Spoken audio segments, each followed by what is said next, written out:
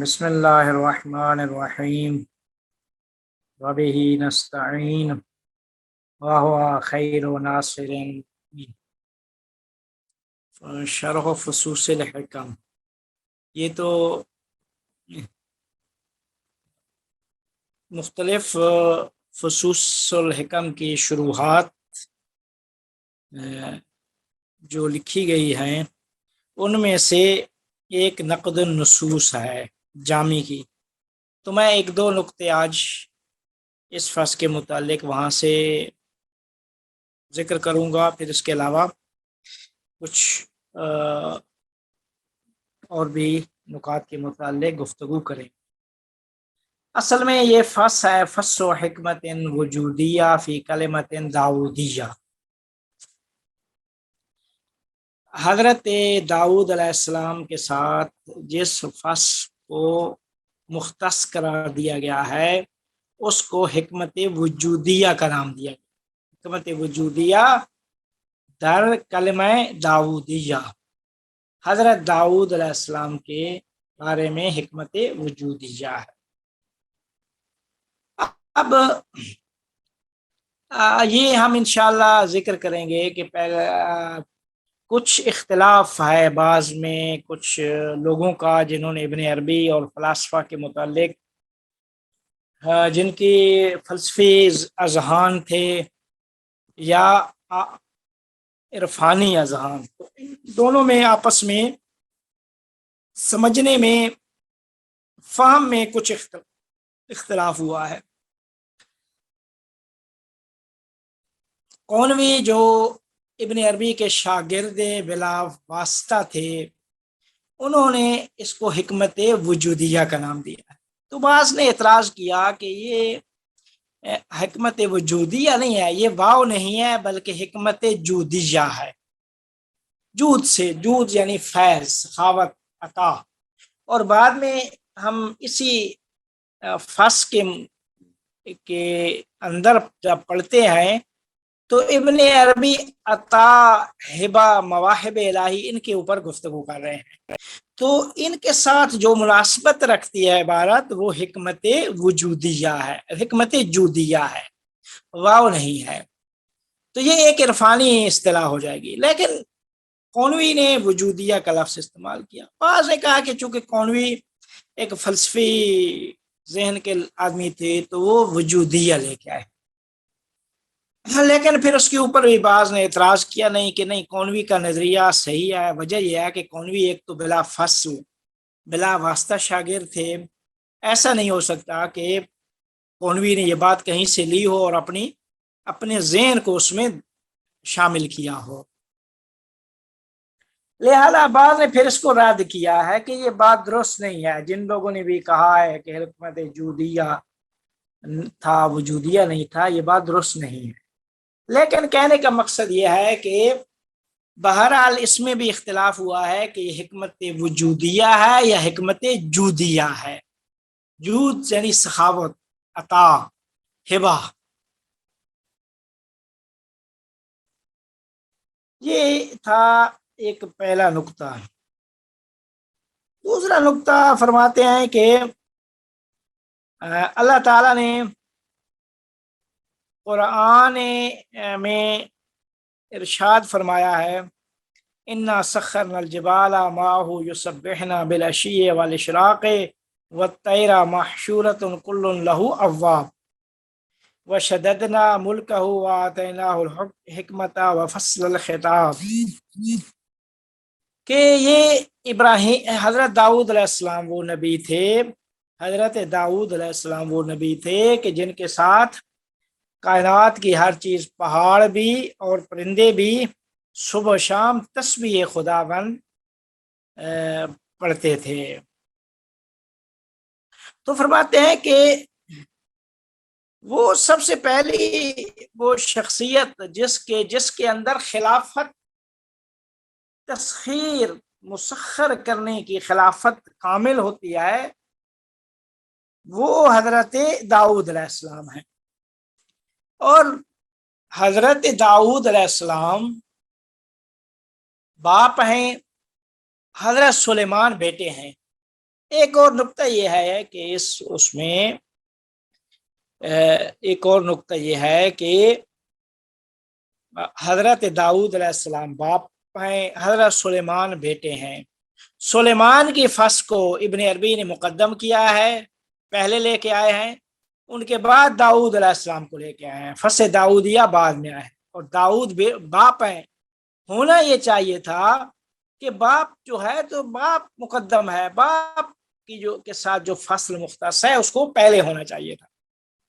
تو فرماتے ہیں کہ اس کا جواب یہ ہے کہ بات درست ہے، اس طرح کی اگر ہو تو یہ یہاں تک بات درست ہے، لیکن عرفانی اعتبار سے کہ داؤد علیہ السلام وہ ذات ہیں کہ جن کے اندر خلافت الہیہ کامل ہوتی ہے، اور پہلے نبی ہیں جن کے متعلق اللہ نے صراحت سے قرآن میں ارشاد فرمایا کہ ہم نے حضرت داؤد علیہ السلام کو خلافت عطا کی ہے۔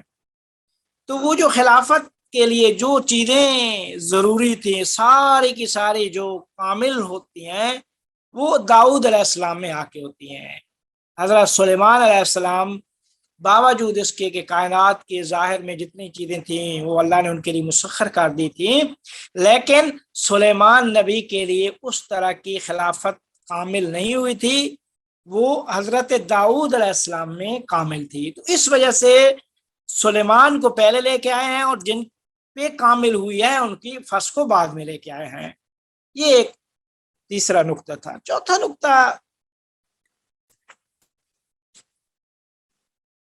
نقطہ اس کے متعلق فرماتے ہیں کہ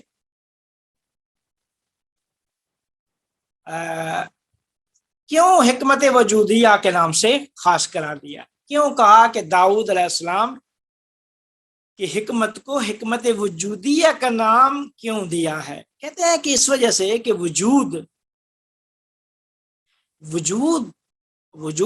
مطلق جو ہے، وجود جو ہے خلافت الہیہ سے ہی صورت انسانیہ میں تام ہوتا ہے۔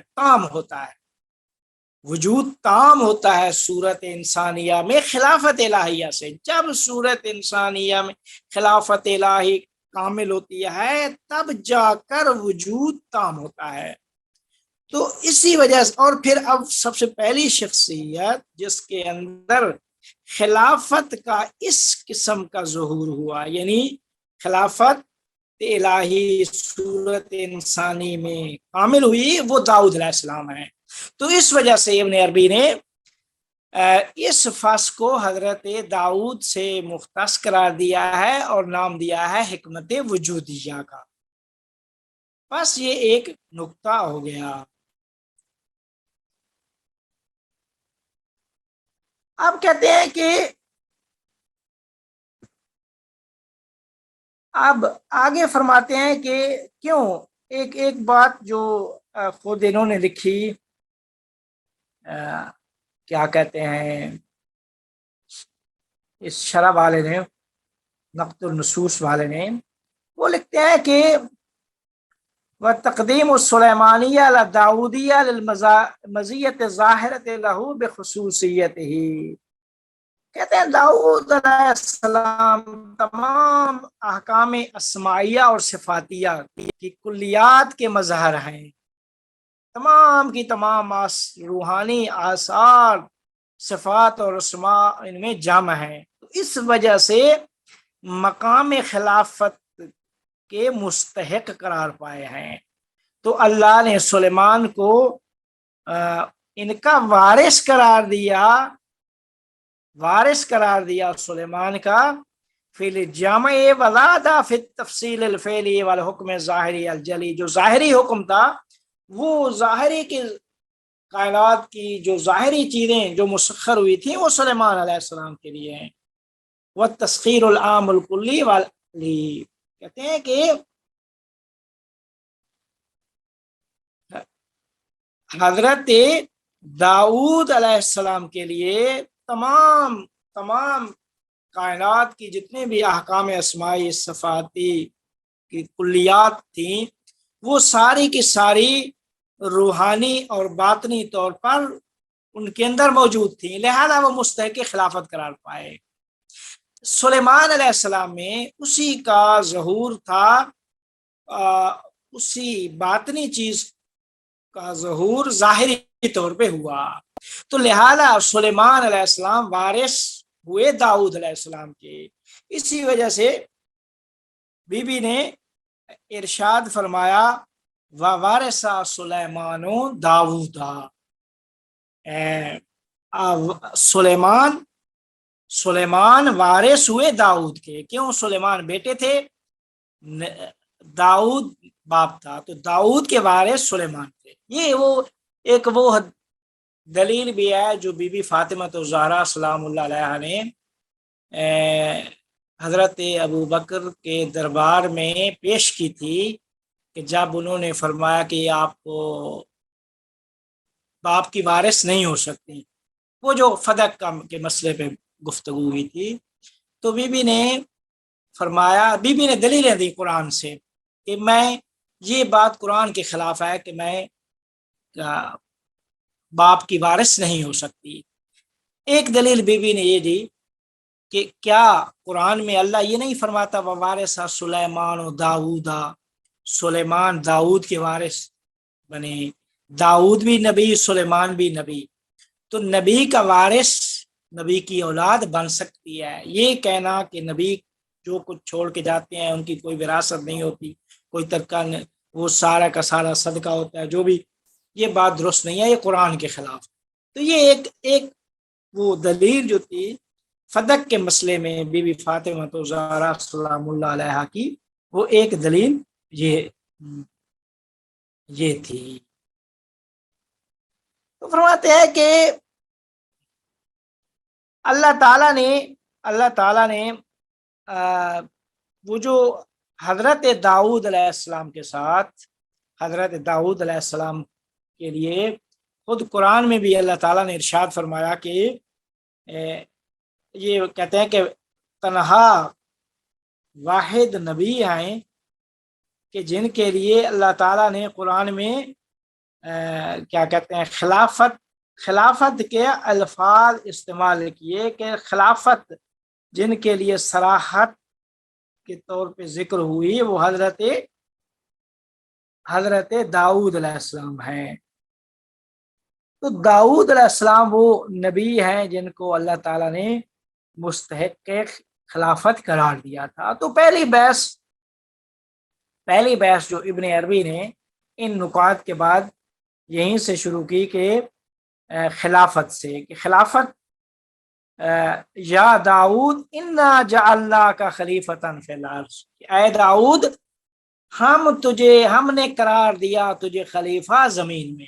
تو اس سے یہ مطلب بنتا ہے کہ خلیفہ بنانا خدا کا کام ہے، خلیفہ خدا بناتا ہے، خلافت کا تعلق اللہ سے ہے۔ انسان خلیفہ نہیں بنا سکتا کسی کو۔ انسان کیا کر سکتا ہے؟ ووٹ دے سکتا ہے، کسی کو حاکم بنا سکتا ہے جب ایک انسانی عام معاشرہ ہو، لیکن خلافت کا تعلق الہ سے، خدا سے ہے، تو خلافت کو قرار دینا بھی خدا کا کام ہے۔ لہذا قرآن میں انی جاعل فی الارض خلیفہ، میں اللہ خود زمین میں خلیفہ بنانے والا۔ پھر فرمایا یا داؤد انا جعلناک خلیفتاً فی الارض، اے داؤد ہم نے تجھے خلیفہ قرار دیا زمین میں، فاحکم بین الناس بالحق، لوگوں کے درمیان حق کے ساتھ کلابت کرو، ولا تتبع الہوا، خواہشات کی پیروی نہ کرو، فیضلک عن سبیل اللہ، یہ خواہشات تمہیں اللہ کے راستے سے گمراہ کر دیں گی۔ تو یہ داؤد سے کہا کہ خلیفہ، اے داؤد ہم نے تجھے زمین میں خلیفہ قرار دیا ہے۔ تو اس کا مطلب یہ ہوتا ہے کہ خلیفہ بنانا یہ اللہ کا کام ہے، خلافت کا تعلق اللہ سے ہے۔ اس وجہ سے علماء خلافت الہیہ سے کے ساتھ اضافہ کرتے ہیں اور فرماتے ہیں خلافت الہیہ، یعنی خلافت کا تعلق الہ اور اللہ سے ہے۔ قرآن کی واضح آیت ہے، داؤد سے کہا کہ ہم نے تجھے خلیفہ بنایا، یعنی خلافت دینے والا میں اللہ ہوں۔ تو یہ خلافت وہ انسان کی باطنی مقام مرتبے کو مد نظر رکھ کر عطا کی جاتی ہے۔ تو اب جو دوسری خلافت کی بحث کے بعد جو دوسری بحث چھیڑتے ہیں ابن عربی اس پاس میں، وہ ہبہ کی، کہ اللہ خلافت عطا کر رہا ہے۔ تو یہ جو عطا ہے، عطا کی بحث شروع کر دیتے ہیں، ہبہ ہو رہی ہے۔ تو ہبہ کسی عمل کے مقابلے میں نہیں ہے کہ آپ نے ایک عمل کیا، اللہ نے جزا کے طور پر تمہیں خلافت دے دی، نہیں، خلافت ایک ہبہ الہیہ ہے، اللہ جسے چاہتا ہے عطا کرتا ہے، لیکن جب اس کے اندر سارے مراتب جمع ہو جاتے ہیں، مانوی روحانی مراتب، وہ جب انسان مستحق کے خلافت الہیہ قرار پاتا ہے تو اللہ تعالیٰ اسے پھر خلیفہ الہی قرار دے دیتا ہے۔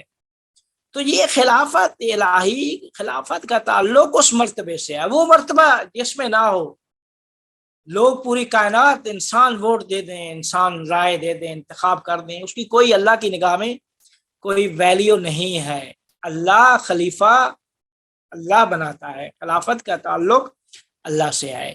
تو یہ جب خلافت کا تعلق اللہ سے ہے تو یہاں سے ایک اور جملہ بھی، ایک اور بات بھی واضح ہو جاتی ہے کہ جسے خلافت باطنی دی جاتی ہے، وہی خلافت انسان باطنی طور پہ جب مستحق قرار پاتا ہے تو اللہ تعالیٰ عطا کرتا ہے، تفضل کرتا ہے۔ ابن عربی کی عبارت ہے افضال، تفضل، یعنی اللہ تعالیٰ ایک احسان کے طور پہ، تفضل کے طور پہ ایک عطا کرتا ہے۔ تو عطا یہ خلافت الہیہ، نبوت عطا ہے، رسالت عطا ہے، اللہ جسے چاہتا ہے نبی بناتا ہے، جسے چاہتا ہے رسول بناتا ہے، ٹھیک ہے۔ اب خلیفہ خلافت کا تعلق بھی انسان کے اس مرتبے سے ہے، تو اللہ تعالیٰ اللہ ہی خلیفہ بناتا ہے۔ اللہ جب خلیفہ بناتا ہے تو اس اللہ کے خلیفہ بنانے کے لیے جب انسان ساری شرائط پہ پورا اترتا ہے تو اگلی بحث یہ ہوتی ہے کہ جب داؤد کا وارث سلیمان کو قرار دیا تو ظاہری خلافت و ظاہری حکومت بھی اسی کو دی جو باطنی خلافت کا تسلسل تھا، وہ سلیمان نبی علیہ السلام تھے۔ سلیمان نبی تھے، پوری کے پوری کائنات کی حکمرانی انہیں دے دی، ظاہری حکومت بھی حضرت سلیمان نبی کو دے دی، ظاہری حکومت بھی ان کو دے دی۔ تو یہ پھر یعنی مستحق کے خلافت ظاہریہ وہی ہوتا ہے اللہ کی نگاہ میں جو خلافت باطنیہ اور خلافت تکوینیہ کے منزل پر فائز ہوتا ہے، خلافت الہیہ کے مرتبے پر فائز ہوتا ہے۔ وہی مقام ظاہر میں خلیفہ اور لوگوں پر ظاہری حاکمیت بھی اسی کی ہوتی ہے۔ اب وہ ظاہری حاکمیت جو ہوتی ہے وہ پھر اللہ نے مشروط کر دی۔ ظاہری حاکمیت ایک انسان اللہ کی طرف سے خلیفہ قرار پاتا ہے، لیکن اگر انسان انہیں انتخاب نہ کریں تو ظاہری طور پہ وہ خلیفہ نہیں بنتا، لیکن ظاہری طور پر مستحق کے خلافت الہیہ وہی ہوتا ہے، اللہ کی نگاہ میں وہی ہے۔ لوگوں نے اپنا کام اور اپنا وظیفہ، اپنی ذمہ داری انجام نہیں دی، تو اللہ جبر کسی پہ نہیں کرتا۔ اب لوگوں نے نہیں قبول کیا تو ٹھیک ہے جی، لیکن اللہ کی نگاہ میں وہ خلیفہ وہی رہتا ہے۔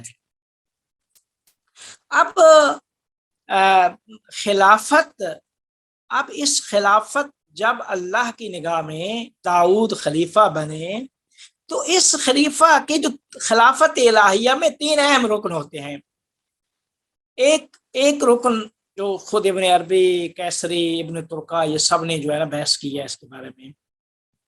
ایک خلیفہ جو شخص ہے خلیفہ بن رہا ہے، ایک مستخلف ان ہو جس کی طرف سے خلیفہ بن رہا ہے، دو، تیسرا رکن مستخلف علیہم عربی میں کہتے ہیں، جن کے اوپر خلیفہ قرار دیا جا رہا ہے، جس کی طرف سے خلیفہ بن رہا ہے وہ خدا ہے۔ اللہ فرماتا ہے یا داؤد انا جعلناک خلیفۃ فی الارض، ہم نے تجھے خلیفہ قرار دیا ہے زمین۔ تو مستخلف ان وہ خدا ہے، خلیفہ داؤد درمیان میں ہے، جن کے اوپر خلیفہ ہیں داؤد کے بعد وہ کائنات ہے، پوری کائنات، عوام الناس، یہ لوگ ہیں۔ تو یہ خلیفہ حد فاصل ہے مستخلف ان اور مستخلف علیہم کے درمیان، یہ خلیفہ واسطہ فیض الہی ہے، مخلوقات تک پہنچتی، مخلوقات تک فیض اسی خلیفہ الہیہ کے توسط سے پہنچتا ہے۔ وہ تمام کی تمام مخلوقات جو ہیں مستخلف علیہم ہیں، مستخلف علیہم۔ اب جس کی طرف سے خلیفہ بن رہا ہے وہ خدا ہے، تو اب خدا کی طرف سے خلیفہ ہے تو اس کے اندر ساری کی ساری خدائی صفات و اسماء کا ہونا ضروری ہے۔ جب وہ خلیفہ رنگ الہی میں رنگین ہوتا ہے یا اس کے اوپر کیا کہتے ہیں، جب وہ خلیفہ الہی وخلقتہ بیدی، جو ابن عربی فرماتے ہیں کہ اللہ نے کہا میں نے اسے خلق کیا اپنے دو ہاتھوں سے، تو اس میں سورۃ الخلق و سورۃ الحق، دو صورتیں ہیں، حق بھی ہے خلق بھی ہے۔ حق کے ساتھ خدا سے اس کی شباہت ہے خلیفے کی، اور خلق کے ساتھ مخلوقات سے شباہت ہے۔ تو اس وجہ سے مخلوقات اور خلق کے درمیان جو مخلوقات کو حق سے جوڑنے والی چیز ہے وہ خلیفہ ہے۔ اب یہ مخلوقات کو خدا سے جوڑنے والی چیز خلیفہ ہے، یہ ایک دفعہ اس کے دو صورتیں ہیں۔ ایک صورت مرتبہ علم، اللہ کے علم میں جب پوری کی پوری کائنات وجود میں نہیں آئی تھی تو مرتبہ واحدیت میں اللہ کے علم میں تھی، اللہ کے علم میں مرتبہ واحدیت میں اس میں اللہ سب سے اوپر، اس کی عین ثابت حقیقت محمدیہ، وہی خلیفہ، خلافت باطنیہ، خلافت تکوینیہ وہی، پھر اس کے نیچے سارے اسماء اور ان اسماء کی عیان ثابتہ اور پوری کائنات کا وجود، یہ مرتبہ علم میں اس طرح ہے۔ مرتبہ علم میں بھی یہی بات ہے کہ پوری کی پوری کائنات مرتبہ علم میں اللہ سے وابستہ ہے، اسی حقیقت محمدیہ اور خلافت باطنیہ اور خلافت تکوینیہ کے توسط سے، اور یہی پوری کائنات کو اس اللہ اور حق تعالی سے جوڑتی ہے۔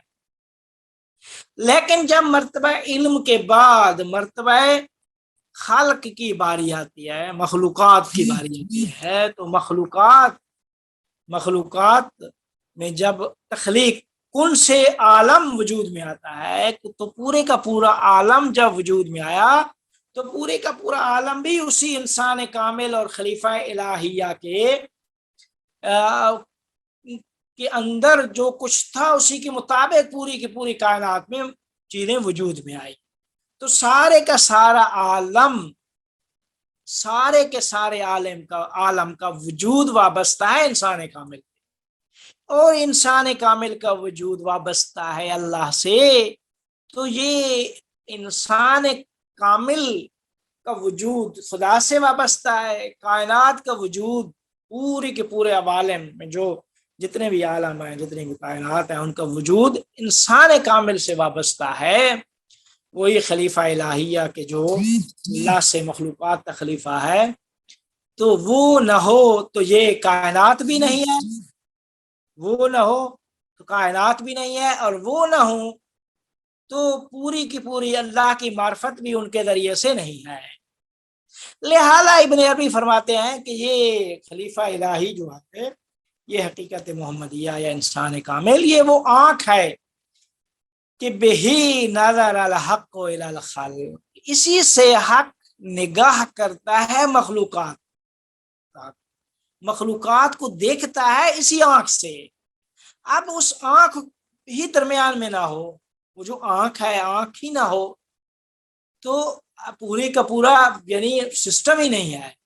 تو لہذا یہ یعنی پوری کی پوری کائنات کا خدا تک پہنچنا اس انسان کامل کے بغیر ناممکن ہے، یعنی اس وسیلہ کے بغیر ناممکن ہے۔ اللہ نے سسٹم اس طریقے سے بنایا ہے نظام تقوین و تشریح میں کہ انسان کامل کے وجود کے بغیر، انسان کامل کے وجود کے بغیر وہ آنکھ ہے جس سے حق دیکھتا ہے مخلوقات کو، تو وہ آنکھ ہی نہ ہو تو مخلوقات سے کس طرح، مخلوقات کو کس طرح دیکھا جائے؟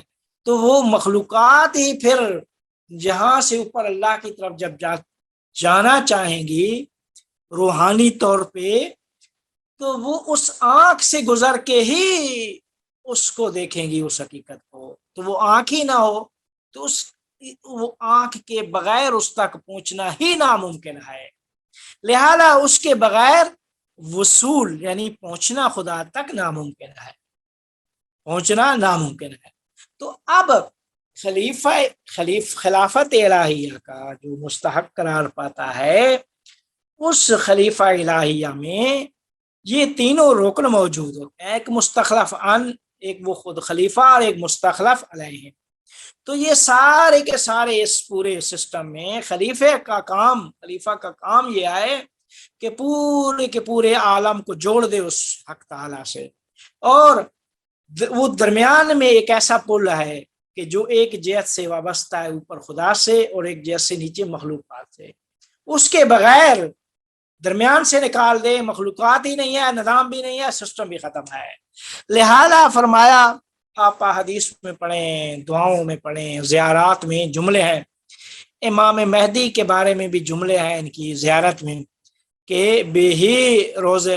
بجملے ہی روز قلورا، انہیں کی وجود سے عالم کو رزق مادی و مانوی عطا ہوتا ہے، ان کے بغیر رزق مادی مانوی نہیں ہو سکتا۔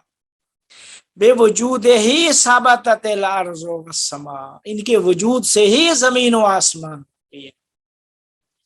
وَبِهِ يَمْلَأُ اللَّهُ الْأَرْضَ قِسْطًا وَعَدْلًا كَمَا مُلِئَتْ ظُلْمًا وَجَوْرًا۔ یہ امام مہدی علیہ السلام کے بعد، تو چونکہ امام مہدی کے بارے میں کیوں یہ جملے ہیں، وجہ یہ ہے کہ امام مہدی وہی انسان کامل جس کی حقیقت واحد ہے، اس حقیقت واحدہ میں کہ مختلف ادوار میں مختلف ظہورات ہیں، اور یہ ظہورات کامل آخری دور میں وہ امام مہدی علیہ السلام، وہ سید المہدی میں ولد فاطمہ، بی بی فاطمہ کی اولاد سے امام مہدی علیہ السلام، وہ مہدی علیہ السلام ہی پوری کے پوری کائنات کے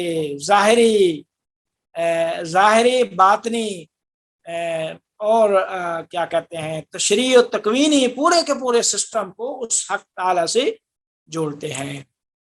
تو فرماتے ہیں کہ یہ خلافت کی حقیقت، خلافت الہیہ کا وہی مستحق قرار پاتا ہے کہ جس کے اندر تمام مراتب روحانیت سارے اعلیٰ درجہ پہ جا کر بنحو اکمل و اتم موجود ہوتے ہیں، کامل طور پر وہ موجود ہوتے ہیں۔ تو یہ کیا کہتے ہیں، اس کے اندر یہ ساری کی ساری چیزیں موجود ہوتی ہیں، تب وہ مستحق خلافت الہیہ قرار پاتا ہے۔ تو جو مستحق خلافت الہیہ ہے باطنی طور پر، کہ جس کا پوری کی پوری کائنات میں باطنی طور پہ تصرف ہے، وہی زیادہ حق اور اولویت رکھتا ہے کہ ظاہری طور پہ بھی اسی کا کنٹرول و تصرف ہو۔ تو لہذا خلافت ظاہری اور باطنی کو جدا کرنا ناممکن ہے، یہ جدائی درست نہیں ہے کہ یہ جی خلافت کی دو قسمیں ہو گئیں، ایک خلافت ظاہری اور ایک خلافت باطنی۔ یہ باطنی مثال کے طور پہ ایک طرف چلی گئی، ظاہری دوسری طرف، یہ چیز بالکل کسی صورت میں درست نہیں ہے۔ باطنی ظاہری خلافت، چونکہ خلافت اور حکومت لا حکم الا للہ، اصالت اصل حاکمیت اللہ کی ہے، اصل چیز وہ اللہ ہے۔ اللہ جسے چاہتا ہے خلافت بھی عطا کرتا ہے، حکومت بھی عطا کرتا ہے۔ یا داؤد انا جعلنا کا خلیفتن فی الارض، وہی خدا ہی ہے جو سارا سسٹم انجام دے رہا ہے۔ تو اب جو مستحق ہے خلافت الہیہ کا باطنی طور پر، تو کیسے ممکن ہے کہ ظاہری طور پر کوئی اور خلافت کا مستحق قرار پائے؟ یہ اللہ کی طرف سے نہیں ہے، لوگوں کی طرف سے قرار پاتا ہے تو قرار پا جائے۔ وہ عوام، وہ پھر اس فعل پہ انسانوں کے اس فعل پہ جزا و سزا ہوگی کہ انسانوں نے کیا اپنی اصل ڈیوٹی صحیح طور پر انجام دی ہے یا نہیں دی، وہ ایک علیحدہ بحث ہے۔ لیکن اللہ کی طرف سے یہ ہے کہ خلافت الہی اور خلافت وہی جو مستحق کے خلافت الہیہ ہے وہی مستحق کے خلافت ظاہری ہے۔ اس کی مثال قرآن میں خود موجود ہے، داؤد اور حضرت سلیمان، کہ داؤد وہ واحد پہلا نبی ہے کہ جس کے متعلق اللہ نے صراحت سے فرمایا کہ ہم نے انہیں خلیفہ زمین میں قرار دیا ہے۔ وہی ایک مستحق خلافت الہیت تھا اکمل و کامل طور پر، تو اسی کے بیٹے سلیمان کو ظاہری طور پر یہ وراثت تھی، ووارث سلیمان و داؤدا، یہ وراثت سلیمان کو عطا ہوئی، اور اسی میں سلیمان ظاہری طور پر بھی پھر خلافت الہیہ اور خلافت ظاہریہ کے مستحق قرار پائے، اور اللہ کی طرف سے وہی کائنات میں حاکم بنے۔ یہ ہے خلافت کے متعلق بڑی بحث کی گئی ہے، خلافت کے متعلق، اور وہی خلیفہ الہیہ ہی، خلافت الہیہ وہی خلیفہ ہوتا ہے کہ جسے نبوت اللہ عطا کرتا ہے، کہ اسے رسالت عطا کرتا ہے۔ خلافت جو مستحق خلافت الہیہ ہوتا ہے اسی کو نبوت بھی ہوتی ہے، اسی کو رسالت بھی۔ نبوت اور رسالت وحبی ہیں، کسبی نہیں ہے۔ اگلی بحث جو ابن عربی کرتے ہیں وہ اسی بارے میں، ان کی اگلا نقطہ جو ہے نا وہ اس فصل میں اسی بارے میں، یہاں تک جو 3-4 نکات تھے کہ حکمت وجودیہ ہے یا جودیہ۔ اگر حکمت وجودیہ ہے تو کیوں، اس کی وجہ بیان قرار دی کہ کائنات میں صورت انسانیہ میں وجود تمام ہوتا ہے خلافت کے ذریعے داؤد علیہ السلام کے وجود میں۔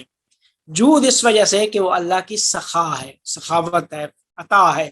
تو اللہ تعالیٰ نے پہلے ہی عطا جو کی قرآن میں کہ ہم نے داؤد کو خلیفہ قرار دیا، وہ تو اس وجہ سے جودیہ کا جو کہتے ہیں جود مراد ہے، تو وہ بھی اس طرح کی مناسبت لاتے ہیں، لیکن بعض لوگ انہیں پھر رد کر دیتے ہیں کہ نہیں جود نہیں ہے، وجودی ہے۔ یہ بھی ہم بحث کر چکے۔ تو یہ تھی ان کے متعلق بحث۔ اب اگلی بحث یہ ہے کہ نبوت و رسالت اور عطا کے متعلق گفتگو ہے۔ اللہ نے عطا جب کیا ہے تو ہر ایک کو جتنا وہ چیز مستحق تھی، جتنا اس میں اہلیت تھی، اس کے مطابق اسے عطا ہوا ہے۔ تو یہیں سے پھر وہ آیان ثابتہ کی بحث شروع کرتے ہیں۔ تو اگلی بحث انشاءاللہ آیان ثابتہ کی، آیان ثابتہ کی حقیقت کیا ہے، آیان ثابتہ کا تعلق اسماء سے کیا ہے، پھر آیان ثابتہ کا تعلق آیان خارجیہ سے کیا ہے۔ انشاءاللہ یہ اگلی بحث ہے، تو اگلے نشست میں ہم انشاءاللہ اسے کریں گے۔ جی سوال ہے؟ جی السلام علیکم آغا۔ وعلیکم السلام۔ جی آغا، بس ایک آج کل کے دور کے مطابق اگر دیکھا جائے تو جب تک انبیاء اور ائمہ علیہ السلام ہے تب تک تو یہ پتہ ہے کہ خلافت ظاہری اور باطنی ان کی ہے، منصوص باللہ ہے۔ لیکن اب آج کل کے دور میں جب امام غیبت میں ہے تو پھر لوگوں پہ حکومت کا حق کس کو ملنا چاہیے اور کیسے ملنا چاہیے؟ دیکھیں آج کل چونکہ امام انسان کامل عرفاء امام مہدی کو مانتے ہیں۔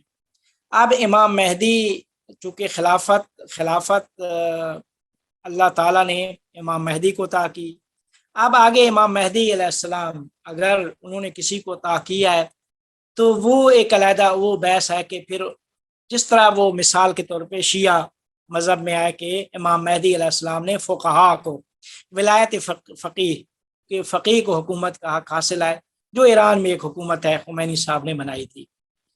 لیکن کیا کہتے ہیں، جو اس نظریے کے قائل نہیں ہے، ان کے پاس کوئی دلیل نہیں ہے کہ یہ خلافت باقی اللہ کی طرف، اصل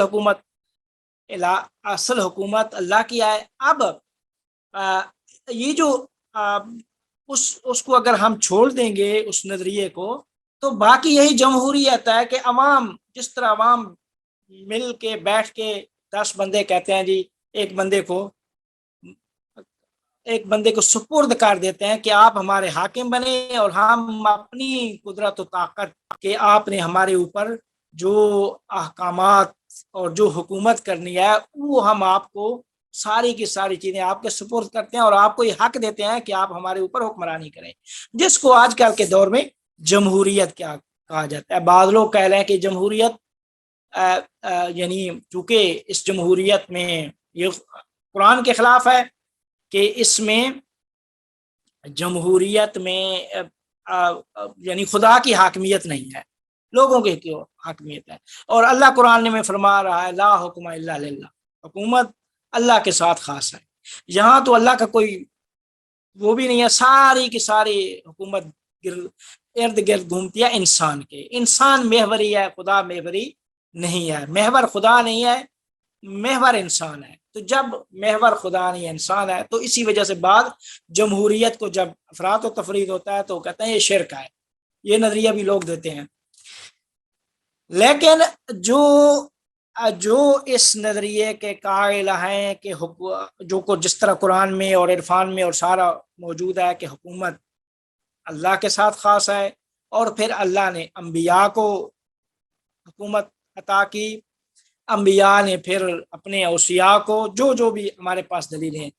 اب اگر وہ نہیں ہیں تو ہمیں کیا کرنا ہے؟ 2 صورتیں ہیں، ایک یہ ہے کہ ان کا اگر کوئی نمائندہ انہوں نے قرار دیا ہے تو ٹھیک ہے، نہیں دیا تو پھر ہمارے پاس کوئی اللہ کی حکومت نام کوئی چیز نہیں ہے، لوگوں کی حکومت ہے، اللہ کی حکومت نہیں ہے۔ جی بہت شکریہ۔ اور اگر اگلے لیکچر میں تھوڑا سا ولایت تکوینیہ اور تشریع کے بارے میں، ولایت تکوینیہ خاص طور پہ اگلی دفعہ بے شک بتا دیجیے گا مختصر۔ جی ٹھیک ہے، ٹھیک ہے۔ مگر سوری، میرا بھی ایک سوال تھا فاضل صاحب کہ انہی کی بات آگے بڑھاتے ہوئے کہ آپ کہہ رہے ہیں کہ پھر وہ لوگوں کے، تو پھر جو رسول اللہ کے بعد خلافت قائم ہوئی تھی وہ بھی تو لوگوں کی چوائس سے ہی ہوئی تھی نا؟ جی وہ لوگوں کی چوائس پہ تھی، اسی وجہ سے اختلاف ہوا نا، کہ اختلاف یہ ہوا کہ امام علی نے فرمایا کہ اللہ نے پیغمبر کو خلیفہ بنایا تھا، پیغمبر نے مجھے غدیر میں خلیفہ بنایا، میں خلیفہ بلا فصل میں ہوں، ٹھیک ہے۔ لوگوں نے سقیفہ میں بیٹھ کے حضرت ابو بکر کو اپنا خلیفہ بنا لیا۔ اب یہ لوگوں نے بنایا، اچھا پھر مولا نے جب حضرت علی علیہ السلام نے اعتراضات کیے، لوگوں سے کہا کہ آپ نے نہیں سنا تھا غدیر میں کہ پیغمبر نے مجھے خلیفہ اور مولا قرار دیا تھا؟ تو انہوں نے کہا کہ ہم نے سنا تھا، لیکن اگر آپ آ جاتے تو ہم آپ کو خلیفہ مان لیتے۔ آپ دیکھیں نا، یہ اس طرح کی وہ چیز تھی۔ تو جو پیغمبر کے بعد بھی خلفاء بنے ہیں، کوئی اللہ کی طرف سے نہیں بنے، اللہ کی طرف سے نہیں بنے۔ البتہ یہ ہے کہ وہ ایک حدیث جو لاتے ہیں اہل سنت میں بھی ہے کہ جی پیغمبر کے بعد وہ خلافت راشدہ کا دور جو 30 سال کا وہ جو لیتے ہیں، اس میں امام حسن تک وہ قرار دیتے ہیں کہ یہ خلافت راشدہ کا نظام ہے، لیکن اس میں کسی کا نام نہیں ہوتا کہ فلاں خلیفہ ہے میری طرف سے یا فلاں، فقط خلافت راشدہ کہ ایک خبر دی جاتی ہے کہ میرے بعد خلافت راشدہ ہوگی اور اس کا وہ 30 سال تک چلے گی۔ نہیں کہا جاتا کہ کون میری طرف سے خلیفہ، اس میں کسی کو خلیفہ، یعنی یہ ہمارے پاس دلیل نہیں ہے کہ پیغمبر نے کوئی کسی کو خلیفہ ان میں سے قرار دیا ہو، نہ ہی وہ کہتے ہیں کہ ہمیں پیغمبر خلیفہ بنا کے گئے تھے، بلکہ انہوں نے کہا کہ لوگوں نے بیٹھ کے اجماع کیا سقیفہ میں، حضرت ابوبکر کو بنا لیا خلیفہ۔ آپ دیکھیں نا، حضرت ابوبکر لوگوں کے انتخاب اور ووٹوں سے خلیفہ بنے، حضرت عمر اس طرح نہیں بنے، حضرت عثمان اس طرح نہیں بنے، پھر جب حضرت علی علیہ السلام کا وقت آتا ہے تو پھر لوگ وہ اس طرح پھر لوگ جو آ کے ان کو وہ کرتے ہیں. تو اس وقت بھی امام علی کا موقف تھا کہ خلیفہ اللہ، خلیفہ الہی میں ہوں. اب خلافت الہیہ کا دوسرا رکن یہ ہے کہ اللہ کی طرف سے میں ہوں خلیفہ، میری مشروعیت موجود ہے. مقبولیت کے لیے لوگ اگر مجھے آ کر ووٹ بیعت کریں گے تو میں ان کے اوپر خلیفہ ہوں گا، اگر نہیں کریں گے تو مشروعیت ہے، میں خلیفہ ہوں اللہ کی طرف سے. لیکن لوگوں نے اب انکار کر دیا تو میں کیا کر سکتا ہوں، نہیں مانتے، یہ لوگوں کا اپنا عمل ہے، اس پہ ان کو جزا و سزا ہوگی. تو اسی وجہ سے لوگوں نے جب تک خلیفہ نہیں مانا علی علیہ السلام کو تو انہوں نے کر بیٹھ گئے. جب مانا تو پہلے تو مولا قبول نہیں کر رہے تھے، پھر مولا نے قبول کرنا پڑا کہ نہیں، آپ اتنی مخلوق آئی ہے تو میں ان کو کیسے ٹھکراؤں. تو یہ پیغمبر کے بعد خلافت کا اور دوسرا سسٹم تھا امامت کا. امامت میں ہم لوگ یہی کہتے ہیں کہ پیغمبر نے فرمایا کہ میرے بعد مولا علی ہیں، یہ پہلے امام ہے، اور آخری امام مہدی ہوں گے. تو دو گروہ مسلمان دو گروہوں میں تقسیم ہو گئے پیغمبر کے بعد. ایک گروہ امامت کا قائل ہوا، ایک خلافت کا قائل ہوا. خلافت کا جو قائل ہوا تو وہ اپنے آپ کو خلیفہ نے یعنی یہ نہیں کہتا کہ ہم خدا کی طرف سے ہیں، اللہ نے خلیفہ بنایا ہے یا مثال کے طور پہ پیغمبر بنا کے گئے ہیں، تو لہذا وہاں مشکلات بھی زیادہ ہیں. لیکن جو کہتے ہیں نہیں ہم اللہ کی طرف سے ہیں، امام علی امام ہے اللہ کی طرف سے، تو وہ اللہ کی طرف سے ان کی ہر بات بلا خوف و خطر، بلا چون چرا، بغیر دلیل کے قبول کریں گے. جہاں یہ چیز نہیں ہوگی لوگ دلیل بھی مانگیں گے، پھر لوگ اعتراض بھی کریں گے، اور لوگ جو ہے نا وہ پھر وہاں پہ تنازع بھی ہوگا، جس طرح ہوا ہے مسلمانوں میں. تو بہرحال یہ امامت کا جو سلسلہ تھا اس میں ڈائریکٹ امامت کا تعلق اللہ تعالیٰ سے ہے. اللہ امامت انی جاعلو کا للناس سے امام، وہ امامت بھی اللہ تعالیٰ ہی کسی کو امام بناتا ہے. امامت کا تعلق بھی حق تعالیٰ سے ہے. لہذا 12 ہیں 14 نہیں ہیں، وگرنہ لوگوں کے ساتھ ہوتے تو 14 بھی لوگ بنا سکتے تھے، 16 بھی بنا سکتے تھے، لیکن وہ 12 امام، اور 12 امام پہ وہ پوری کی پوری سسٹم میں انسانیت ختم، اور پھر قیامت جس طریقے سے علم کلام میں یا حدیث میں جو بحث ہوئی. جی تو پھر حامد صاحب لائک کیا جو خلیفہ الہیہ ہے وہ آگے خلیفہ نامینیٹ کر سکتا ہے یا نہیں؟ کون جی؟ خلیفہ الہیہ جو ہے جن کو اللہ کی طرف سے خلافت ملی، وہ دیکھیں وہ کیونکہ امام حسن پھر کس طرح نامینیٹ ہو؟ ہاں دیکھیں وہ اپنا خلیفہ جو بنائے گا وہ اس کو اللہ تعالیٰ کی طرف سے بنائے گا. دیکھیں اللہ نے پیغمبر کو نبی بنایا، پیغمبر نے اپنے بعد فرمایا کہ میرے بعد امام علی ہیں، ٹھیک ہے. امام علی فرما کے گئے کہ میرے بعد امام حسن. امام حسن ایک خبر کلی دے کے گئے خود پیغمبر کی طرف سے دی کہ میرے بعد 12 امام ہیں. پہلا امام علی، حسن، حسین، علی ابن الحسین، محمد باقر، جعفر صادق، امام موسیٰ کاظم، علی اللہ، محمد تقی، علی نقی، امام حسن نصیر، اور امام مہدی علیہ السلام. یہ خبر پھر ہر امام کے لیے ضروری تھا کہ اپنے بعد والے امام کا بھی لوگوں کو بتا کر جاتا، اور اس طرح بتا کے گئے ہیں. ہر امام دوسرے امام کا بتا کر گئے ہیں. السلام علیکم آقا، میری آواز آ رہی ہے آپ کو؟ جی جی یہ آ رہی ہے. اچھا میرا سوال یہ تھا کہ رتبے کے حساب سے جس طرح جب ہر نبی کا ایک رتبہ ہوتا ہے اور کچھ نبی جو ہیں وہ رتبے کے اعتبار سے دوسروں سے برتر ہوتے ہیں، تو حضرت داؤد علیہ السلام کا رتبہ بڑا ہوگا نبوت کے حساب سے یا حضرت سلیمان علیہ السلام کا؟ حضرت داؤد علیہ السلام کا. روحانی اعتبار سے وہ برتر ہیں؟ جی جی جی. اچھا، اور جو حضرت سلیمان علیہ السلام ہیں ان کو اللہ نے جس طرح وہ ان کی خواہش تھی کہ بادشاہ، ان کی نبوت بھی تھی لیکن ان کی بادشاہت بھی تھی، تو ان کو دنیاوی اعتبار سے زیادہ بنایا لیکن باطنی اعتبار سے ان کے والد کو بنایا، ایسا ہی ہے؟ جی جی جی. دیکھیں ظاہری اعتبار سے تب بنایا کہ جب وہ باطنی روحانی اعتبار سے اس سطح کی خلافت ان کے پاس تھی، اس کے مطابق ظاہری خلافت ملی. لیکن جس سطح کی حضرت داؤد علیہ السلام کے پاس تھی وہ ان سے بالاتر سطح تھی. لیکن حضرت داؤد علیہ السلام کی پھر ظاہری اعتبار سے تو اس طرح نہیں تھی نا، وہ جس طرح نہیں کے ہوئی. حضرت سلیمان علیہ السلام. شرائط دیکھیں ان کے لیے وہ نئی شرائط تھے، وہ اس طرح نہیں ہوئی. ان کے بیٹے کو بنا دیا وہ وارث سلیمان داؤد، سلیمان کو داؤد کا وارث، وراثت منتقل ہوئی اور وہیں سے ان کو خلافت ظاہری مل گئی. ٹھیک. حامد صاحب بٹ وہ بھی تو بادشاہ ہی تھے نا داؤد علیہ السلام. جی بادشاہ حاکم کوئی خلیفہ. اچھا دیکھیں خلیفہ بادشاہ وہی کہ اس کا آرڈر چلتا ہے نا، حاکم بادشاہ خلیفہ. اچھا، ایک دفعہ ہماری ڈسکشن ہوئی تو اس میں کسی نے یہ بھی کہا کہ جو آپ صلی اللہ علیہ وسلم کو اللہ تعالیٰ نے اختیار دیا تھا کہ وہ فقر اختیار کریں یا بادشاہت، تو بادشاہت نہ اختیار کرنے میں ایک یہ بھی انہوں نے اپنے بھائی حضرت سلیمان علیہ السلام کی خواہش کا احترام کیا کہ حضرت سلیمان علیہ السلام نے کہا تھا کہ اللہ میری جیسی بادشاہت کسی کو نہ دینا. تو یہ بھی ایک دفعہ ایک زیر بحث بات آئی تھی کہ آپ صلی اللہ علیہ وسلم نے اس لیے بھی فقر کو کیا اور ریزنز کے علاوہ یہ بھی ایک چیز یہ حدیث انہوں نے ہے، یہ احترام ہے بات. یہ ہم نے بھی پڑھی تھی، میرے خیال میں ہم نے بھی یہ جی. حضرت سلیمان کو اس میں بتائی. آپ کہہ رہے ہیں یہ ضعیف ہے؟ نہیں ٹھیک ہے، میں ٹھیک نے ہے کہا ہم نے بھی جی، یہ بات کیونکہ پڑھی. جی ہاں، یہ مجھے یہ بات اچھی لگی تھی کہ مطلب کس طرح سے اتنا ایک لطیف سا نقطہ ہے، لیکن آپ صلی اللہ علیہ وسلم نے کس طرح سے احترام کیا کہ ان کی خواہش اگر اللہ نے پوری کی ہے تو وہ پوری رہے. جی بالکل.